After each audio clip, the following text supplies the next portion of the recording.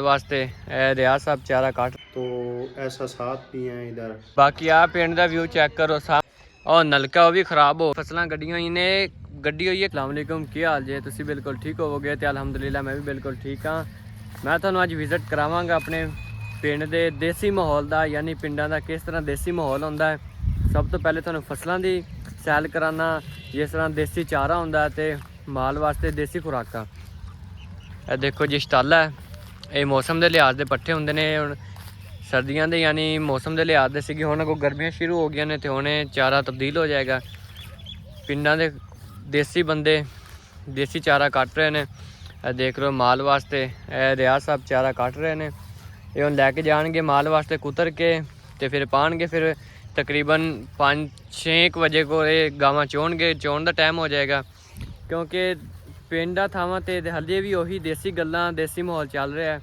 बाकी तुहानू विजिट कराना होर देसी चीज़ों का। देख लो जी पिंडा में हले भी डेरेदारी या डेरे वसी मैदान खुलियां जगह ने जिते हले भी दोस्त अहबाब बहते ने मिल के क्योंकि एक दूसरे के एहसास हमदर्दी सारी चीज़ां होंदियां ने। मैं तुहानू मिलाना साडे पिंड दे एडवोकेट हाई कोर्ट मुहम्मद निवाज फतेहाना साहब ने जो कि सानू मजीद गाइड करनगे कि पिंड दे विच देसी माहौल या देसी गल्लां किस तरह हाले भी बरकरार ने। अस्सलाम वालेकुम भाई। भाईजान क्या हाल है? भाई निवाज कैसे हैं आप? जी अल्लाह पाक का करम भाई, आप सुनाओ? ठीक अल्हम्दुलिल्लाह। माशाल्लाह। ये है ज़रा आप हमें गाइड करें भी ये जो गांव का देसी माहौल है अभी भी बरकरार, इसकी क्या वजह?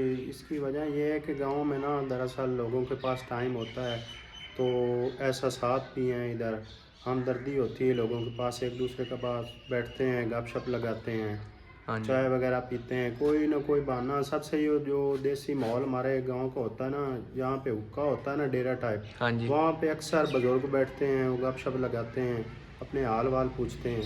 हाँ जी। तो शहरों की जो ज़िंदगी है वो बहुत ही टफ ज़िंदगी बन चुकी है क्योंकि वहाँ पे कोई किसी के काम नहीं आता, ना कोई किसी के पास टाइम है, हर कोई जॉब होल्डर होता है। हाँ जी। तो गांव में बैठने का मिल बैठने का बड़ा अच्छा ये तरीक़ाकार है, अभी भी है, ख़त्म नहीं हुआ। लेकिन ये इसमें भी फ़र्क आया है, यहाँ पे जो चीज़ें हैं वो तकरीबन अच्छी मिलती हैं और शहरों में जो भी चीज़ मिलती है मिलावट के साथ होती है। गांव की खुराक अच्छी होती है, यहाँ का रहन सहन अच्छा है, यहाँ की आबो हवा बहुत अच्छी होती है। ये गांव में जो कहते हैं अभी खुराक वगैरह अभी भी देसी है, मक्खन घी वगैरह वो अभी भी ऐसी चीज़ें हैं? जी बिल्कुल ऐसे ही है। यहाँ पे गांव में मक्खन घी भी मिलता है, उसके साथ लस्सी भी मिलती है, दूध भी मिलता है। यहाँ पे जो भी गांव की खुराक होती है वो बेसिकली जो बुनियादी चीज़ों में कोई कमी नहीं है, ना ही इसमें कोई तब्दीली आई है। शहरों में काफ़ी हद तक ये तब्दीली देखने को मिली। जी जी भाई नवाज ने हमें सारा गाइड कर दिया है कि गांव में अभी भी वो चीज़ें बरकरार हैं जो पहले होती थी, अभी भी वो सारी चीज़ें इधर बरकरार हैं। देसी माहौल, देसी खुराकें और गैदरिंग और हुक्का यानी डेरे टाइप अभी भी वो सारी चीज़ बाकी। आ वेखो पिंडां विच फसलां होंदियां ने, खुली आबो हवा। आ देख लो देसी फसलां गड्डियां होई ने, गड्डी होई है कपाह रूं यानी वो रूं है जिहड़ी फैक्ट्रियां विच जांदी है ते उत्थों तैयार हो के फिर अपने रजाइयां गद्दियां विच आंदी है। ये वो देसी रूं है, ये ओहदी फसल है कपाह दी। आ नाल देखो कणक है, कणक बिल्कुल पक के तैयार हो गई है। इनू अज या कल जिस तरह ही लेबर मिलेगी इनू हथ लग जाएगा, ये बिल्कुल ही रेडी है कणक। बाकी वो सामने ट्रैक्टर हल वाह रहा है। आ पिंडां दे देखो सादियां ते सिंपल ते खूबसूरत सड़कां ने क्योंकि इत्थे बहुत मज़ा आंदा शाम के टाइम। हुण देखो इत्थे कोई शोर नहीं, कोई शराबा नहीं, खुली हवा है, खुली फिजा है, देसी खुराकां ने, देसी फसलां ने। इधर भी कपाह दी ते कणक दी ते सामने देखो ना सारे पिंड ने। इधर सड़क खुली आबो हवा, ना किसी का कोई लड़ाई, ना कोई खौफ ते ना कोई इत्थे जनाब जी कोई किसी नूं तंग करदा है, ना शोर है। देसी चीज़ां ने, देसी माहौल है। ते देख लो तुसी शहरां में भी जाके देख लो तो पिंडां में भी तुहानूं पिंडां में ज़्यादा मज़ा आएगा। हुण तुहानूं जाके असीं विजिट करा दिंदे आ माल दा यानी मझां गावां दा। आ देख लो सावें मझां गावां बनियां होईयां ने, ये साडे पिंड दी शान हुंदी है। हाँ जी सारा देसी माहौल। जाके चाचू जफर साहब खलोते ने, राय जफर इकबाल, उन्होंने साड़ी मुलाकात कराने हैं जी। अस्सलाम वालेकुम। वालेकुम सलाम जी। दसो थोड़ा जिहा भी जेड़ा शहर है ते पिंड च की फर्क है? ये जी पिंड बड़ा फर्क है, देसी माहौल है इत्थे जी, हर चीज लभदी है, माल डंगर जी। हाँ जी। जो चीज दा मुर्गियां फिरदियां वांदियां नो। हाँ जी आ देख लो देसी मुर्गियां ने इत्थे जेड़ा ना काम बड़ा देसी जैसा हो रही।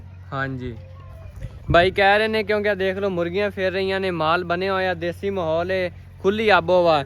ਇਹ ਜੀ ਦੁੱਧ ਫੇ ਘਰ ਦਾ ਤੁਹਾਨੂੰ ਤਾਂ ਬੜਾ ਜ਼ਿਆਦਾ ਫਾਇਦਾ ਹੁੰਦਾ ਹੋਏਗਾ। बड़ा फायदा है जी, ਸਹੀ ਹੋ ਗਿਆ। खालिस दूध लभदा बहुत है। ਹਾਂਜੀ आज साडे इलाके दे भाया नाल व्यापारी ने। हां जी, ਦੇਖ ਲਓ ਜੀ ਵਪਾਰੀ ਸਾਹਿਬ ਵੀ ਪਹੁੰਚੇ ਆਏ ਨੇ। व्यापारी साहब जा रहा है। ਇੱਕ ਉਹ ਵਪਾਰੀ ਜਾ ਰਹੇ ਨੇ ਕਿਉਂਕਿ ਪਿੰਡਾਂ ਵਿੱਚ ਇੱਕ ਦੂਸਰੇ ਨਾਲ ਸਲਾਮ ਦੁਆ ਇਹ ਤਾਂ ਇੱਕ ਕਦੀਮ ਤੋਂ ਚੱਲ ਰਹੀ, ਬੜੀ ਪੁਰਾਣੀ ਚੱਲ ਰਹੀ ਹੈ। अस्सलाम वालेकुम आशिक भाई। वालेकुम सलाम, क्या हाल है भाईजान? ठीक ठाक। जेडे परसों माल लिया अपना कितने खलोता है? वो माल अपना आओ खड़ा है, ओ खलोता है। एक अपनी आ गांव खड़ी है, हाँ जी एक तो खड़ी है। ठीक हो भाई साहब अपने को लवन होना है, इस टाइम साथ आंदा साडा सौदा हो गया जी। हाँ जी बस इन्होंने सानू पैसे देने ने ला के जाना है। ठीक भरा है तो साडे कोल ही माल लेंदे ने। हाँ जी ये अड्डा साडा बड़ा मशहूर है जी, बड़े अरसे तो है। हाँ जी जी हां मामा मेरा एक माया सी बड़े देर तो व्यापार करदे पे जी। ठीक हो गया लेकिन जी। अल्हम्दुलिल्लाह सानू अस कदी किसी ने धोखा नहीं कीता। हाँ जी ਅਸੀਂ ਸਹੀ ਮਾਲ ਦਿੰਦੇ ਆ, ਬਿਲਕੁਲ ਇੱਕ ਨੰਬਰ जी ਨਾ ਅਸਾਂ ਕਦੇ ਦਾਦ ਵਾਲਾ ਕੰਮ ਕੀਤਾ ਹੈ। ਜੋ ਹੀ ਖਾਲਿਸ ਲਬਦਾ, ਦੁੱਧ ਵੀ ਖਾਲਿਸ ਲਬਦਾ ਦੇਸੀ। हाँ जी ਕਣਕ ਵੀ ਜੋ ਚੀਜ਼ ਹਰ ਚੀਜ਼ ਖਾਲਿਸ ਲਬਦੀ ਇੱਥੇ ਇੱਕ ਨੰਬਰ। भाई आशिक भी कह रहे ने, भाई फराज साहब भी आ गए ने। मैनू भी पता है क्योंकि बड़ी मैं छोटा जिहा हुंदा सी ते उदों दा माल डंगा दा व्यापार करदे ने ते अज तक इन्हां दी कोई गलत गल नहीं सुनी भी इन्हां किसी ने फ्रॉड कीता होवे या धोखा कीता होवे।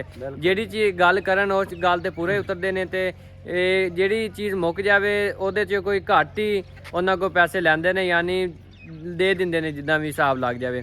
बाकी देसी माहौल सारा, मुर्गियां ने, आशिक भाई खड़े ने, भाई फराज आ गए ने, ਜ਼ਫਰ ਸਾਹਿਬ ਖਲੋਤੇ ਨੇ। ਇਹ ਸਾਡੇ ਪਿੰਡਾਂ ਦਾ ਨਾ ਇੱਕ ਗੈਦਰਿੰਗ ਹੁੰਦੀ ਹੈ, ਹਲੇ ਵੀ ਇੱਥੇ ਉਹ ਹਿਸਾਬ ਹੈ, ਹੁੱਕੇ ਵਾਲਾ ਮੰਜੀਆਂ ਪਾ ਕੇ ਬਹਿ ਜਾਂਦੇ ਨੇ ਸ਼ਾਮ ਦੇ ਟਾਈਮ, ਬੜਾ ਮਜ਼ਾ ਆਉਂਦਾ ਕਿਉਂਕਿ ਇੱਥੇ ਕੋਈ ਕਿਸੇ ਨਾਲ ਲੜਾਈ ਨਹੀਂ, ਖੁੱਲੀ ਹਵਾ ਹੈ, ਖੁੱਲੀ ਫਿਜ਼ਾ ਹੈ। ਦੇਖ ਲਓ ਪਿੰਡਾਂ ਦੇ ਘਰ ਨੇ ਸਾਡੇ, ਆਹ ਸਾਹਮਣੇ ਰੇੜੀ ਖਲੋਤੀ ਹੈ, ਉਹ ਨਲਕਾ ਉਹ ਵੀ ਖਰਾਬ ਹੋ ਗਿਆ ਤੇ ਇਹ ਵੀ ਠੀਕ ਕਰਾਉਣਾ ਨਲਕਾ, ਤੇ ਇਹਦਾ ਵੀ ਕੋਈ ਹਿਸਾਬ ਲਾਣੇ ਆ। ਕੋਈ ਮਿਸਤਰੀ ਨੂੰ ਕੱਲ ਕਾਲ ਕੀਤੀ ਸੀ, ਉਹਨੇ ਕਿਹਾ ਵੀ ਮੇਰੇ ਕੋਲ ਅੱਜ ਟਾਈਮ ਨਹੀਂ ਤੇ ਕੱਲ ਲਾਵਾਂਗੇ। ਉਹ ਐਲੋਵੇਲਾ ਗੱਡਿਆ ਹੋਇਆ, ਯਾਨੀ ਕੁਆਰ ਫੜਾ ਜਿਹਨੂੰ ਕਹਿੰਦੇ ਨੇ, ਜਿਹਦੀ ਬਹੁਤ ਮਸ਼ਹੂਰ ਹੈ, ਇਹਦੀ ਪ੍ਰੋਡਕਟ ਬਣਦੀਆਂ ਨੇ। ਤੇ ਰੇਹੜੀ ਆ ਵਿੱਚ ਕੁਕੜੀਆਂ ਸ਼ੁਕੜੀਆਂ, ਮਾਲ ਡੰਗਰ ਤੇ ਇੰਧਨ ਵਗੈਰਾ ਲੱਕੜਾਂ ਰੱਖਦੇ ਨੇ ਆਗ ਬਾਲਣ ਵਾਸਤੇ। ਇਹ ਜੀ ਸਾਡੇ ਪਿੰਡ ਦਾ ਛੋਟਾ ਜਿਹਾ ਵਿਊ ਸੀ। ਦੇਖ ਲਓ ਸਾਰਾ ਦੇਸੀ ਮਾਹੌਲ ਹੈ। ਇਹ ਮੰਜੀਆਂ ਪਈਆਂ ਨੇ ਸਾਡੀਆਂ, ਉਹ ਮੰਜੀ ਆ ਗਈ, ਆਹ ਟੋਕਰਾ ਆ ਗਿਆ ਜੀ, ਜਿਹਦੇ ਥੱਲੇ ਚੂਚੇ ਵਗੈਰਾ ਜਿਹੜੇ ਨੇ ਨਾ ਉਹ ਟੱਕਦੇ ਨੇ ਵੀ ਬਿੱਲੀ ਸ਼ੁੱਲੀ ਨਾ ਲੈ ਜਾਵੇ। ਕਬੂਤਰਾਂ ਦੇ ਖੁੱਡੇ, अपने फसल है मकई दी, कितना प्यारा ग्रीन बेल्ट बनया होया, कितना प्यारा इत्थे व्यू आ रहा। मैनू तो पिंड विच बहुत ही ज़्यादा मज़ा आंदा। सामने घर है, सामने फसलां ने, खुली हवा है, खुलियां चीज़ां ने, कोई रोला ही नहीं। आ देख लो नाल सब्जी जिहड़ी लगाई हुई है कोई थोड़ी बहुती, इहदे विच तुहानूं दिखा दिना मैं।